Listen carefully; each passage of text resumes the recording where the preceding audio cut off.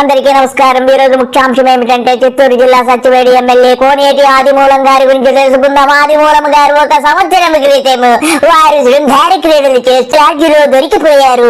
ఆ యొక్క చిత్రాలు చూసిన బాబు గారు కోనేటి ఆదిమూలాన్ని రెడ్ బుక్ రాజ్యాంగం అమలు పరుస్తూ అతన్ని సస్పెండ్ చేశారు.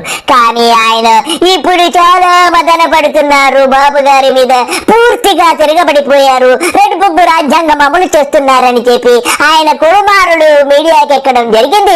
ఇకపోతే ముఖ్యంగా చెప్పుకోవాల్సింది ఏంటంటే బాబు గారు కేవలము దళితులను మాత్రమే సస్పెండ్ చేస్తారు. కానీ ఉన్నత కులాల్లో ఉన్నటువంటి ఎంపీలైనా నాయకులైనా తెలుగుదేశం వారు ఎన్ని శృంగార క్రీడలు చేసినా వారిని టచ్ చేయరు. అలాగే ఎమ్మెల్యే గుంటూరు ఈస్ట్ ఉన్నాడు, వాడు పెద్ద యధవ మహమ్మద్ నజీర్ గారు ఎన్ని యధవేషాలు వేసినా కానీ వాడిని టచ్ చేయలేదు, వాడిని సస్పెండ్ చేయలేదంటే బాబు గారికి దళితుల పట్ల ఎంతో ప్రేమ ఉందని అర్థమవుతుందని చెప్పి ఆదిమూలం గారు ఆర్తనాదాలు చేస్తున్నారు. అలాగే వారి అబ్బాయి గారు కూడా నాన్నగారిని సస్పెండ్ చేయడం గురించి ఎంతో బాధపడుతూ ఎన్నెన్నో ఆరోపణలు చేస్తున్నారు. బాబు గారు నారా లోకేష్ గారు మీకు ఇచ్చినటువంటి 100 కోట్లు నాకు ఇచ్చేసేయండి, మా నాన్నతో రిజైన్ చేయించేస్తాను, వెంటనే ఎమ్మెల్యేకి రిజైన్ చేసేసి మీరు ఎలక్షన్లు పెట్టుకోండి అని చెబుతున్నాడంటే బాబు గారు మరి ఆదిమూలం దగ్గర ఎన్ని కోట్లు కొట్టారో మనకు తెలియదు.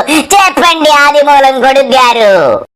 నాన్నగారు ఎమ్మెల్యే టికెట్ రాకముందు గంగాప్రసాద్ సారు పెద్ద ఆయన గారి ఆదేశాల మేరకు చంద్రనాథ్ సార్ గారిని లోకేష్ సార్ గారిని కలవడం జరిగింది. కోనేటి సుమన్ గారు చాలా చక్కగా చెప్పారు. నాన్నగారు మీరు వెళ్ళి బాబు గారిని చిన్నబాబు గారిని కలిసినప్పుడు మిమ్మల్ని టికెట్ కోసం ఎన్ని కోట్లు డిమాండ్ చేశారు కొంచెము చెప్పండి.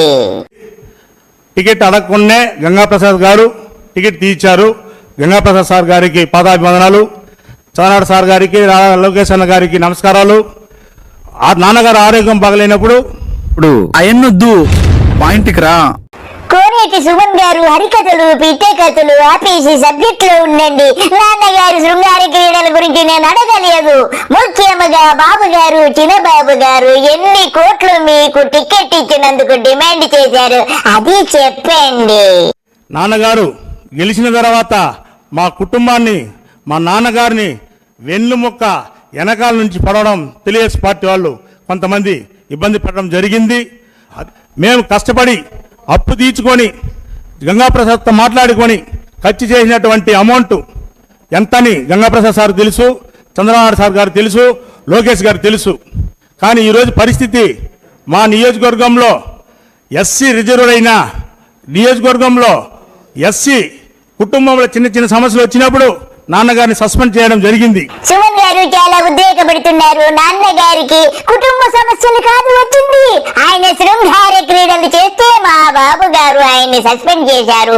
మరి దళితులను సస్పెండ్ చేయడం తప్పే, కానీ నాన్నగారు కూడా క్రీడలు సల్పకూడదు కదా, కాబట్టి ఆయన్ని సస్పెండ్ చేశారని మీరు పెద్ద బాధపడకుండా సొల్లాపి తర్వాత టాపిక్ లోకి రండి. ఈరోజు నియోజకవర్గం పరిస్థితి ఎలా ఉందంటే, ఒక సిఐ గారు సిఐ పని ప్రభుత్వం యొక్క అధికారిగా ఉండకుండా రాజకీయంగా అతను ఇసుక మాఫియా, గావుల మాఫియా, దాదాపు చెన్నైకి దగ్గరుండి లోడింగ్ పిచ్చాటూరు నుంచి 50 నుంచి 60 ట్రిప్పులు ఇసుక ప్రతిరోజు పంపించడం జరిగింది. అతను ఒక సిఐగా ఉండి రాజకీయ నాయకులాగా మధ్యస్థం చేస్తున్నారు. ఇది న్యాయమా? బాబు గారు కోనేటి సుమన్ గారి యొక్క ఆవేదన విన్నారు కదా. పోలీసు వారు కూడా ఇసుక మాఫియాలో దూరిపోయారట. మన పచ్చముట సరే సరి, మరి ఇవి అన్ని ఇంటూ మీ చెవులకు వినపడడం లేదు అని చెప్పి సుమన్ గారు అంటున్నారు. సుమన్ గారు బాబు గారిని లోకేష్ గారిని ప్రశ్నించండి. మొన్న కూడా లోకేష్ అన్న గారు అంబేద్కర్ జయంతి రోజు వచ్చినప్పుడు తిరుపతిలో అంబేద్కర్ జయంతి రోజే ఒక బ్యానర్లో అంబేద్కర్ ఫోటో లేదు. ఇది న్యాయమా? చెప్పండి బాబు గారు, లోకేష్ గారు, న్యాయమా అని అతను అడుగుతున్నాడు. అతని ప్రశ్నకు సమాధానము చెప్పండి. మీరంతా కూడా దళితులను ఎంతో ప్రేమగా చూస్తారని ఈ వీడియో చూస్తే అర్థమవుతుంది. 2-3 రోజులు అన్నం తినలేదు, ఒక పూట అన్నం తింటా ఉండా. తెలుగుదేశం పార్టీకి గెలిచినందుకు మాకు వెన్నుముక్కని పొడుస్తూ ఉన్నారు. మీరు పొడిచేవాళ్ళు నేరుగా వచ్చి ఇక్కడ కాల్చండి, ఇక్కడ పొడవండి, ఇక్కడ చంపండి. మా నాన్నగారికి హార్ట్ పేషెంట్. సుమన్ గారు నాన్నగారికి హార్ట్ ప్రాబ్లం వస్తే మరి శృంగారి క్రీడలు ఎలా చేశారని ప్రజలు కూడా అడుగుతారు కాబట్టి ఎక్కువగా ఆ నాన్నగారికి హార్ట్ ప్రాబ్లం ఆ ప్రాబ్లం అని చెప్పకుండా నేరుగా చంద్రబాబు నాయుడు గారిని లోకేష్ గారిని ప్రశ్నించండి. మీ డబ్బులు ఎప్పుడు ఇస్తారు కనుక్కోండి. మీకు రావాల్సిన 100 కోట్ల గురించి అడగండి. మీరెంత ఖర్చు పెట్టారు అడగండి. మీరు మితముగా మాట్లాడండి సుమన్ గారు. అందువలన నేనేం చెప్తున్నా అంటే మీరు దోచుకున్నా ఏమైనా చేసుకోండి. మేము పెట్టినటువంటి ఖర్చుల్ని గౌరవంగా వచ్చే గురువారం లోపల గంగాప్రసాద్ దగ్గర చేర్చండి. ఈ రోజు కూడా ఏం చెప్తున్నా అంటే చంద్రబాబు సార్ గారికి లోకేష్ అన్న గారికి ఒకే ఒక విషయం చెప్తున్నాను. మేము పెట్టిన డబ్బులు ఖర్చులు మాది కాదు, మా అప్పులు. దాన్ని తీసుకొని వచ్చి మీరు ఒక వారం లోపల గంగాప్రసాద్ సార్ దగ్గర మీరు జమ చేస్తే ఎమ్మెల్యే పదవి కూడా రాజీనామా చేస్తామని ఈ సందర్భంగా తెలియజేసుకుంటున్నాను. బాబు గారు, లోకేష్ గారు విన్నారు కదా ఈ యొక్క ఆదిమూలము సుమన్ యొక్క ఆవేదన. మీరు దోచుకున్నారో ఏం చేశారో నాకు తెలియదు, మీకు ఆదిమూలానికి తెలియాలి.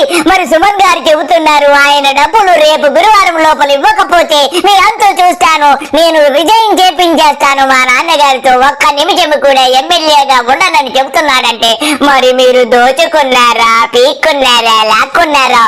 మరి ఆయన నీకెంత ఇచ్చాడు బాబు గారు? కొంచెము ప్రజలకు మీరు కూడా చెబితే క్లారిటీ ఉంటుంది. ఈ సుమన్ గారు అబద్ధాలు కూడా చెప్పి ఉండొచ్చు కాబట్టి నిజాలు మీరు మీడియా ముందుకు వచ్చి వెల్లడిస్తే బాగుంటుందని యావత్తు రాష్ట్ర ప్రజలందరూ కోరుకుంటున్నారు. కాబట్టి బాబు గారు, చిన్నబాబు గారు, మీరు దోచరు నాకు తెలుసు, మీరు ఎంతో నీతివంతులని నాకు తెలుసు. కాబట్టి మీరు దయచేసి మీడియా ముందుకు వచ్చి మేము ఒక్క రూపాయి కూడా ఆదిమూలము దగ్గర తీసుకోలేదని చెబితే యావత్తు రాష్ట్ర ప్రజలందరూ సంతోషిస్తారు బాబు గారు.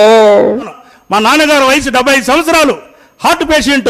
మేము ఏ విధంగా సంతోషం లేదు. సుమన్ గారు మాటకి నాన్నగారికి 70 సంవత్సరాలు వయసు పెరిగినబడిందని చెప్పేకండి. ఆయన రాచ క్రీడలన్నీ గుర్తొస్తాయి. కాబట్టి మీరు ఓవర్ యాక్షన్ ఆపేసి బాబు గారు డబ్బులు ఎప్పుడు ఇస్తారు కనుక్కోండి. గౌరవం లేనప్పుడు ఈ పదవి ఎందుకు? గౌరవం లేనప్పుడు రాజ్యాంగంలో ఈ పదవి ఎందుకు? పార్టీలో మాకెందుకు ఏం గౌరవం ఉంది? నాన్నగారు చిన్న తప్పు చేస్తే కూడా మీరు కుటుంబంలో తప్పు కాబట్టి అది తప్పు అయిన తప్పే. మిగతా వాళ్ళు ఎవరు చేయడం లేదా? రాష్ట్రంలో ఎన్ని మంది చేశారు? వాళ్ళు సస్పెండ్ చేశారా మీరు? సుమన్ గారు ఇప్పుడు చక్కగా మాట్లాడారు.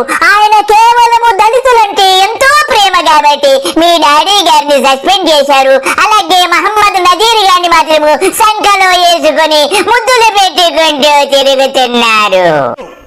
పెద్దలకు ఒక న్యాయం, దళితులకు ఒక న్యాయమా? చంద్రబాబు సార్ని ఇప్పుడు స్ట్రైట్ క్వశ్చన్ చేస్తాను. లోకేష్ అన్నికి స్ట్రైట్ క్వశ్చన్. వాళ్ళకు ఒక న్యాయం, మాకు ఒక న్యాయమా? అదేవిధంగా రేపు కూడా నాన్నగారు రిజైన్ చేస్తారు. మా డబ్బులు మాకు జమ చేసేయండి, మేము గౌరవంగా అప్పు తీర్చుకుంటాము. రిజర్వేషన్ ఎస్సీ అయినా కూడా మీరు ఎవరైనా పెట్టుకోండి. ఓసీని పెట్టుకుంటారా, రెడ్డిని పెట్టుకుంటారా, వడ్డోళ్ళని పెట్టుకుంటారా, ఎవరైనా పెట్టుకోండి. ప్రభుత్వం మరిదే కదా, మీదే కదా, మీరే పెట్టి గెలిపించుకోండి. రేపే వచ్చే మే 1st వీక్లోనే ఎలక్షన్ పెట్టండి. ఆదిమూలం అంటే ఏమేమి తెలుస్తుంది.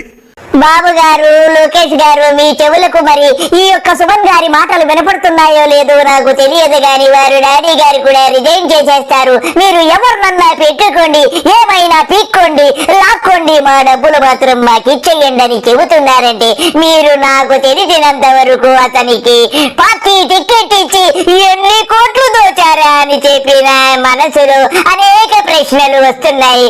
మీరు కొంచెం ప్రజలకు కూడా నిజాలు చెప్పవలసిన అవసరం ఎంతైనా ఉంది. కాబట్టి పార్టీని కూడా పటిష్టపరచుకోవాలంటే మీరు నిజాలు వెల్లడించాలి. బాబు గారు మరి జాగ్రత్తగా ఉండండి, పార్టీని కాస్త జాగ్రత్తగా చూసుకుంటూ ఉండండి. అందరికీ నమస్కారము, బాయ్.